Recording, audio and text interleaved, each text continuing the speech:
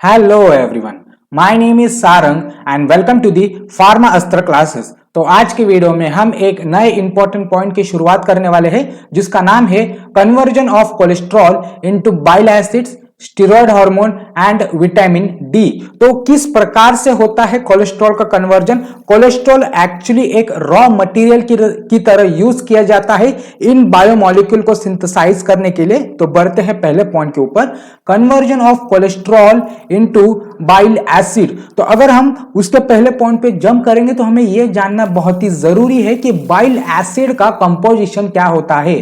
तो एक molecule of bile acid में 2 to 3 हाइड्रोक्सिल ग्रुप प्रेजेंट रहता है, 24 कार्बन एटम्स प्रेजेंट रहता है और एक साइड चेन प्रेजेंट रहता है कार्बोक्सिल ग्रुप का।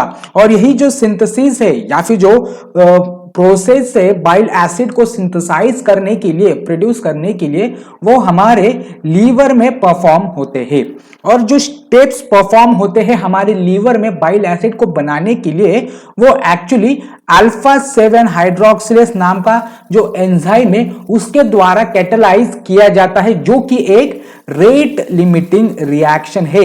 मतलब अल्फा 7 हाइड्रोक्सिलेज के जो कॉन्सेंट्रेशन रहेगा या फिर अमाउंट रहेगा हमारे लीवर में, उतने ही अमाउंट का कन्वर्जन होगा बाइल एसिड को सिंथेसाइज करने के लिए। अगर हम बाइल एसिड के टाइप्स देखेंगे तो दो प्रकार के बाइल एसिड रहेंगे, primary bile acid and secondary bile acid, जो कि हमारे लीवर में ही सिंथेसाइज होते हैं। अगर हम प्राइमरी बाइल एसिड के एग्जाम्पल देखेंगे तो वो रहेगा कोलिक एसिड एंड कोलियोडीऑक्सीकोलिक एसिड। ये जो दो एसिड है वो प्राइमरी बाइल एसिड है। और सेकेंडरी बाइल एसिड रहेंगे deoxycholic acid and lithocholic acid. तो ये क्वेश्चन आपको जीपैट, नाई पर या फिर फार्मेसी एग्जाम में पूछा जा सकता है primary and secondary bile acid के बारे में। तो ये एक जनरल स्टेप्स है या फिर एक ऐसी स्टेप है जिसमें हम जो कोलेस्ट्रॉल है उसका कन्वर्जन बाइल एसिड में कैसे होता है उसके बारे में एक जनरल रिप्रेजेंटेशन है। जैसे कि आप देख सकते हो, कोलेस्ट्रॉल है उसका कन्वर्जन हो जाता है 7 hydroxy cholesterol in presence of enzyme 7 alpha hydroxylase, जो कि एक रेट लिमिटिंग रिएक्शन है। उसके बाद यही 7 हाइड्रोक्सी कोलेस्ट्रॉल बहुत सारे स्टेप्स में कन्वर्ट होता है कोलिक एसिड एंड कोलियोडीऑक्सीकोलिक एसिड, जो कि एक प्राइमरी बाइल एसिड है। अगर हम कोलिक एसिड के बारे में देखेंगे तो अगर वही कोलिक एसिड ग्लाइसिन के साथ रिएक्ट होता है तो वो ग्लाइकोकोलिक एसिड का फॉर्मेशन करता है। और अगर वही कोलिक एसिड टोरिन के साथ रिएक्ट करता है तो वो टोरोक्लोइक एसिड का फॉर्मेशन करता है। वही ग्लाइकोकोलिक एसिड इंटेस्टाइनल बैक्टीरिया के वजह से, जो कि हमारे स्टमक में प्रेजेंट रहते हैं या फिर इंटेस्टाइन में प्रेजेंट रहते हैं, वही डीऑक्सीकोलिक एसिड का जनरेशन करते हैं, जो कि हमारे सेकेंडरी बाइल एसिड का एग्जाम्पल है। उसके बाद कोलियोडीऑक्सीकोलिक एसिड, जो कि ग्लाइसिन या फिर टोरिन की मदद से टोरो या फिर ग्लाइकोडीऑक्सीकोलिक एसिड का फॉर्मेशन करते हैं। वही जो इंटरमीडिएट फॉर्म होता है इंटेस्टाइनल बैक्टीरिया के वजह से लिथोकोलिक एसिड का जनरेशन करते हैं, जो कि सेकेंडरी बाइल एसिड का एग्जाम्पल है। उसके बाद आते हैं हमारी जो सेकेंड मोस्ट इंपॉर्टेंट पॉइंट है, conversion of cholesterol into steroid hormone. तो उसका पहला पॉइंट है, the conversion of cholesterol into steroid hormone is multi step pathway. तो एक्चुअली एक मल्टी स्टेप पाथवे है, उसको हम बहुत ही शॉर्ट में, बहुत ही समरी करके पढ़ने वाले हैं। तो जो कोलेस्ट्रॉल है उसका कन्वर्जन हो जाता है प्रेगेनिलोन, जो कि इंटरमीडिएट की तरह बिहेव करता है स्टेरॉयड सिंथेसिस में। वही प्रेगेनिलोन प्रोजेस्टेरॉन में कन्वर्ट होता है, जो कि एक फीमेल सेकेंडरी सेक्सुअल कैरेक्टर का इंपॉर्टेंट हार्मोन है।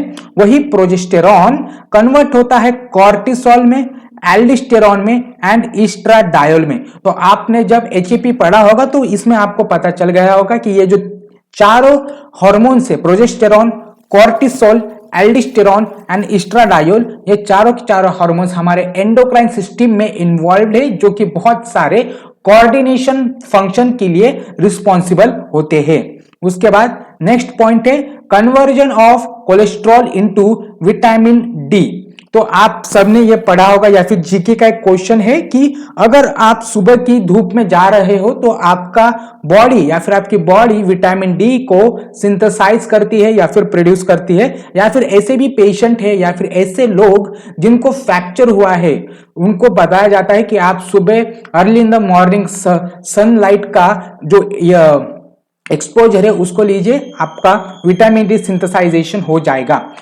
तो उसका पहला पॉइंट है 7 dihydroxy cholesterol is converted to pre vitamin D3 in skin by UV sunlight, then slowly converted to biologically active vitamin, जिसको हम कोलियोकैल्सिफेरॉल विटामिन D3 भी बोल सकते हैं। Vitamin D is useful in calcium and phosphorus metabolism. तो जो vitamin D है उसका बहुत बड़ा इंपॉर्टेंट रोल है हमारे बॉडी में कैल्शियम को मेटाबोलाइज करने में और साथ ही में फॉस्फोरस को मेटाबोलाइज करने में। उसके बाद जो नेक्स्ट पॉइंट रहेगा हमारा डिसऑर्डर ऑफ लिपिड मेटाबॉलिज्म, जिसका पहला पॉइंट है in healthy person plasma cholesterol level is 150 to 200 milligram to per DL। जो plasma cholesterol is associated with different lipoprotein fraction like LDL, HDL and VLDL। तो आपको इसमें सिर्फ LDL एंड HDL को ही पढ़ना है, उसको ही आपको डिस्कस करना है और पेपर में लिखना है। नेक्स्ट पॉइंट है LDL level can be calculated by Friedewald formula, और वो फॉर्मूला रहेगा LDL मतलब low density lipoprotein is equal to total cholesterol minus HDL minus TG upon S। अगर हम अडल्ट के बारे में देखेंगे तो हाई डेंसिटी कोलेस्ट्रॉल, जिसको हम शॉर्ट फॉर्म में HDL भी बोलने वाले हैं, वो रहेगा हमारे बॉडी में 30 to 60 मिलीग्राम पर DL, एंड LDL का हम कंसंट्रेशन देखेंगे या फिर कंपोजिशन देखेंगे हमारे बॉडी में, वो रहेगा 80 to 150 मिलीग्राम पर DL। उसके बाद नेक्स्ट पॉइंट है elevation in plasma HDL level is beneficial to humans as it avoids atherosclerosis and coronary heart disease. जो कि ये आपको पता है कि atherosclerosis and coronary heart disease ये कि एक कोलेस्ट्रॉल की वजह से होने वाली बीमारियां है जो कि हमारे आर्टरीज को ब्लॉक करता है with the help of cholesterol, जो कि ब्लड सप्लाई करने में असफल होती है। उसके बाद इस जो बीमारी है atherosclerosis and coronary heart disease में जो HDL लेवल है, हाई डेंसिटी लिपोप्रोटीन का जो लेवल है हमारे बॉडी में, वो नॉर्मल से ज्यादा हो जाता है। उसके बाद नेक्स्ट पॉइंट है increase in HDL cholesterol can cause harmful effects like hypercholesterolaemia. अगर हमारे बॉडी में HDL लेवल नॉर्मल से ज्यादा हो गया है तो हमें एक बहुत ही गंभीर बीमारी का सामना करना पड़ सकता है, जिसका हम हाइपर कोलेस्ट्रीमिया भी बोल सकते हैं। उसके बाद हम पढ़ने वाले हैं हाइपर कोलेस्ट्रीमिया। उसके बाद पढ़ते हैं पहला point increase in HDL cholesterol level above 300 mg per DL is known as hypercholesteremia which is observed in many disorder। तो ये जो कंडीशन है हाइपरकोलेस्ट्रीमिया, जिसमें हमारे बॉडी में HDL लेवल बहुत ही ज्यादा हो जाता है नॉर्मल से, वो कि एक सिम्टोमेटिक इंडिकेशन हो सकता है बहुत सारे डिसऑर्डर के लिए, जैसे कि डायबिटीज हो गया, हाइपोथायरॉयडिज्म हो गया, नेफ्रोटिक सिंड्रोम हो गया, या फिर ऑब्स्ट्रक्टिव जॉन्डिस हो गया। उसी के बारे में हम अब पढ़ने वाले हैं डायबिटीज मिलेटस में हाइपरकोलेस्ट्रीमिया क्या योगदान देता है, या फिर हाइपरकोलेस्ट्रीमिया के वजह से डायबिटीज मिलेटस के पेशेंट में क्या इफेक्ट दिखाई देते हैं, उसके बारे में हम अब डिस्कस करने वाले हैं।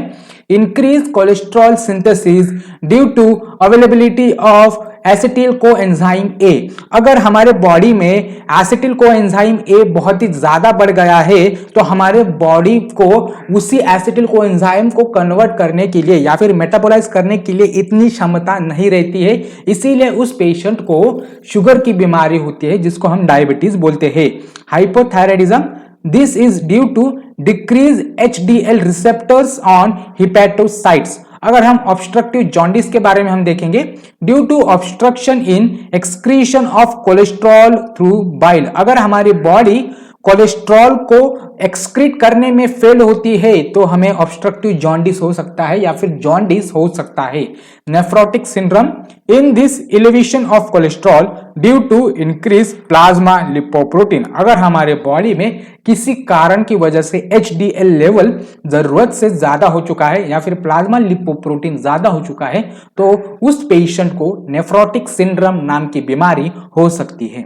उसके बाद नेक्स्ट पॉइंट है hypercholesterolaemia is associated with atherosclerosis and coronary heart disease. तो इस पॉइंट को हम पहले ही डिस्कस कर चुके हैं कि अगर उस पेशेंट को हार्ट की बीमारी है, हार्ट ब्लॉकेज है या फिर उसको अथेरोस्क्लेरोसिस है तो उस पेशेंट में हाइपर कोलेस्ट्रीमिया एक बहुत ही सिंपल या फिर बहुत ही कॉमन साइड इफेक्ट दिखाई देता है।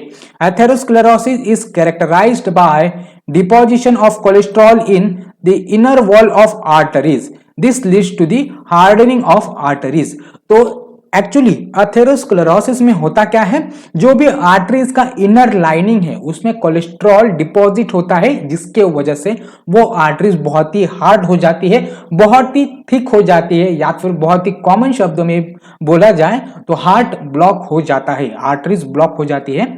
उसके बाद जो नेक्स्ट पॉइंट है good cholesterol and bad cholesterol. तो आपने बहुत बार टीवी एडवर्टाइजमेंट में देखा होगा या फिर बहुत सारे किताबों में पेपर में पढ़ा होगा कि गुड कोलेस्ट्रॉल फूड कौन से होते हैं, बैड कोलेस्ट्रॉल फूड कौन से होते हैं, उसके बारे में हम डिस्कस करने वाले हैं। LDL consider as bad due to involvement in its blood vessel hardening and other complication. तो इसके पहले के पॉइंट में हमने जो अथेरोस्क्लेरोसिस का जो पढ़ा था हमने कि वो हमारे बॉडी पे क्या इफेक्ट कॉज करता है, वही अथेरोस्क्लेरोसिस का जो कारण है वो है LDL, लो डेंसिटी लिपोप्रोटीन।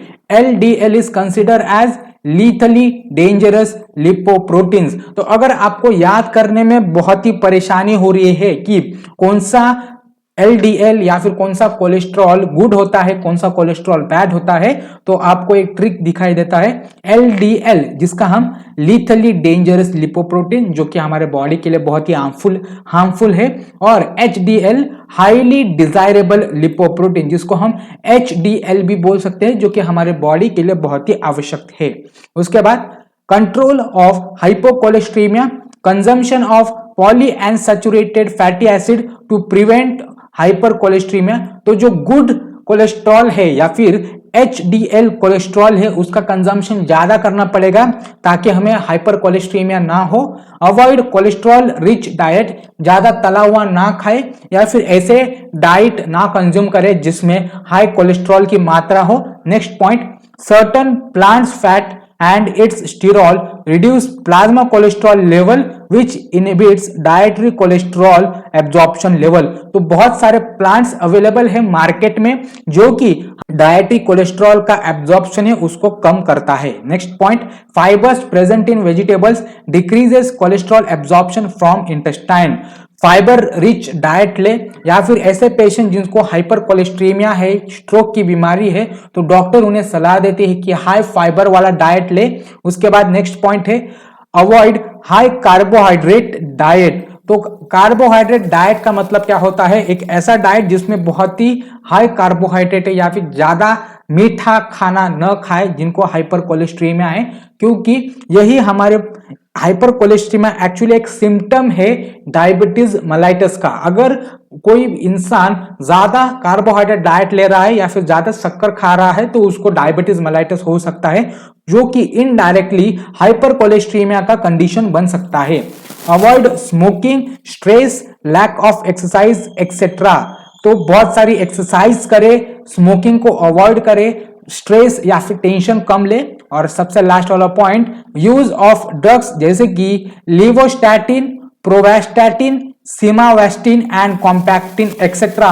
तो ये जो ड्रग्स है जो कि हाइपर कोलेस्ट्रीमिया के जो कंडीशन है या फिर उसके सिम्टम्स है उसको कम करता है। उसके बाद आते हैं हमारे नेक्स्ट पॉइंट के ऊपर, अथेरोस्क्लेरोसिस, जिसका पहला पॉइंट है atherosclerosis is a complex disease characterized by thickening and hardening of arteries due to accumulation of lipid, collagen fiber, proteoglycans, calcium and more specifically deposits in the inner lining of arteries। तो actually atherosclerosis एक ऐसी condition है या फिर एक ऐसी बीमारी है जो कि लिपिड का एक्यूमुलेशन होता है। अगर बहुत ही स्पेसिफिक देखा जाए, जो लिपिड हो सकते हैं कोलेजन फाइबर्स, प्रोटियोग्लाइकन्स एंड कैल्शियम है, उनका डिपोजिशन हमारे आर्टरीज के इनर लाइनिंग में हो सकता है, जिसकी वजह से वो स्पेसिफिक आर्टरीज बहुत ही हार्ड हो सकती है, बहुत ही थिक हो सकती है और अल्टीमेटली वो ब्लॉक हो सकता है। उसके बाद next point, atherosclerosis is a progressive disorder that narrows the arteries and ultimately blocks them. तो एक्चुअली अथेरोस्क्लेरोसिस एक प्रोग्रेसिव डिसऑर्डर है, मतलब वो समय के साथ बढ़ता रहता है। उसकी जो कंडीशन है, सीरियसनेस है उस कंडीशन की, वो समय के साथ बढ़ता रहता है, जो कि सबसे लास्ट में आर्टरीज को ब्लॉक कर देता है। Coronaries arteries most commonly affected leading to heart attack और मायोकार्डियल इन्फ्रैक्शन।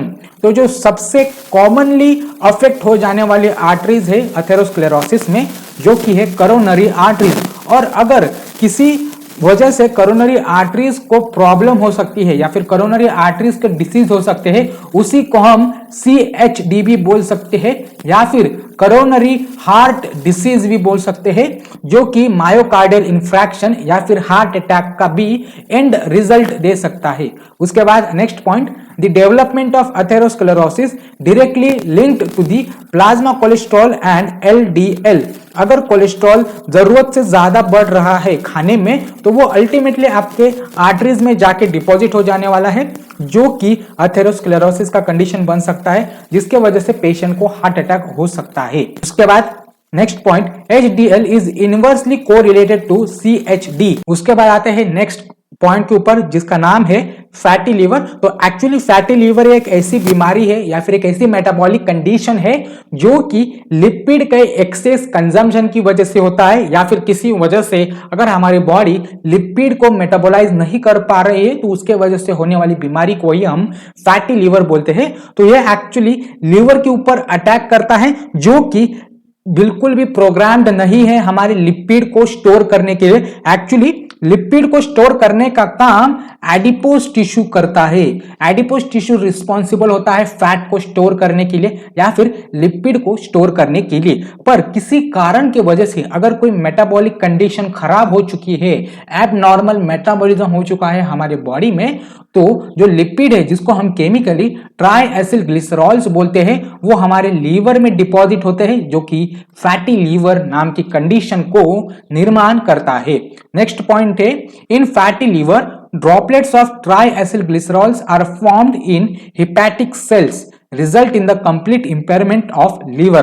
किसी कारण की वजह से लीवर के अंदर लिपिड बहुत ही ज्यादा स्टोर हो चुका है, तो लीवर अपना काम छोड़ देता है, जिसके वजह से लीवर इंपेयरमेंट नाम की कंडीशन की निर्माण हो सकता है। अगर हम फैटी लीवर के कॉजेस देखेंगे तो सबसे पहला कॉज रहेगा increase synthesis of try acyl glycerols. अगर हमारे बॉडी में जरूरत से ज्यादा फैट का जो सिंथेसिस हो रहा है या फिर ट्राई एसिल ग्लिसरॉल का सिंथेसिस हो रहा है, उसके वजह से अगर एडिपोज टिश्यू में पहले से ही लिपिड ज्यादा है, तो वो जो एक्सेस वाला लिपिड है वो लीवर में जाके डिपॉजिट होना शुरू हो जाएगा।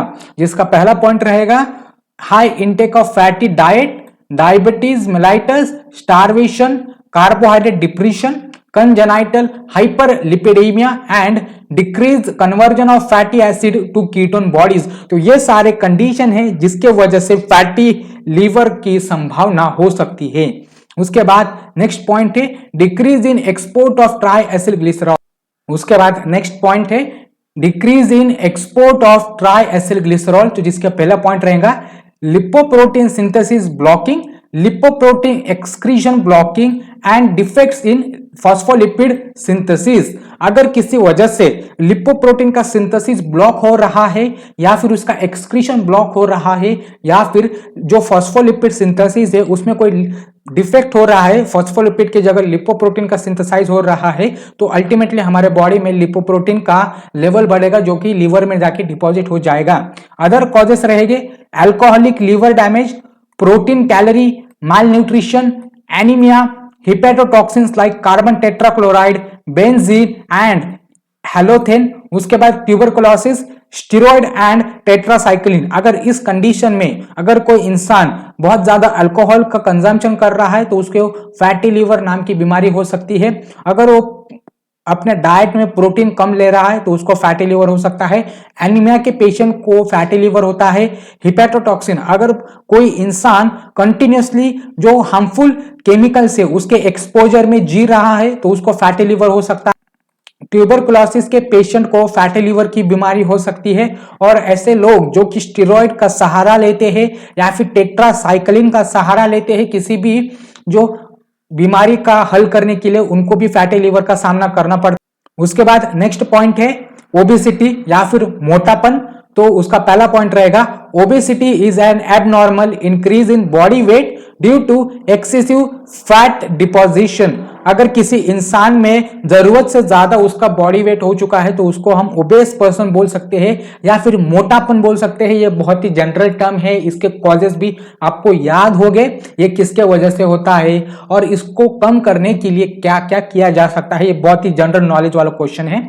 नेक्स्ट पॉइंट है cause due to overeating and lack of physical exercise. अगर कोई इंसान सिर्फ खाते ही जा रहा है और फिजिकल एक्सरसाइज नहीं कर रहा है तो वो इंसान मोटापन का शिकार हो सकता है। Obesity can be calculated bye BMI। तो जो कोई इंसान को अगर हमें एनालाइज करना है कि वो मोटा है या फिर वो बहुत ही लीन है या फिर हेल्दी है तो हम BMI कैलकुलेटर से उसका मेजर करते हैं। अगर BMI 25 to 29.9 kg पर मीटर स्क्वायर आ रहा है तो वो ग्रेड 1 ओबेसिटी का शिकार है। अगर BMI 30 से 39.9 kg पर मीटर स्क्वायर आ रहा है तो वो ग्रेड 2 ओबेस पर्सन बोल सकता है या फिर उसे ग्रेड 2 ओबेसिटी हो सकती है। अगर किसी इंसान का BMI 40 kg पर मीटर स्क्वायर से ज्यादा आ रहा है तो वो ग्रेड 3 ओबेसिटी पर्सन है, मतलब उस इंसान को मोटापा बहुत ही ज्यादा हो चुका है। और अगर किसी इंसान को 25 से कम BMI कैलकुलेट हो रहा है तो वो पर्सन एक हेल्दी पर्सन हो सकता है। उसके बाद कॉम्प्लिकेशंस ऑफ ओबेसिटी, अगर यही मोटापा हमारे बॉडी में ज्यादा समय तक रहेगा तो वो किन किन अदर बीमारियों का निर्माण करेगा, जैसे कि डायबिटीज, स्ट्रोक, CHD जिसको हम कोरोनरी हार्ट डिसीज भी बोलते हैं। उसके बाद अगर ज्यादा मोटापा है तो हाइपरटेंशन की बीमारी हो सकती है, अर्थराइटिस की बीमारी हो सकती है और सबसे लास्ट गॉल ब्लैडर का डिसीज भी हो सकता है। So that for it today guys. तो अभी तक आपने लाइक नहीं किया है तो like, share and subscribe to the pharma Astra classes. अगर आपको किसी भी पॉइंट के ऊपर डाउट है तो आप मुझे बेझिझक होकर कमेंट सेक्शन में पूछ सकते हो। मैं पूरी कोशिश करूंगा कि आपका डाउट सॉल्व कर सकूं। Thank you.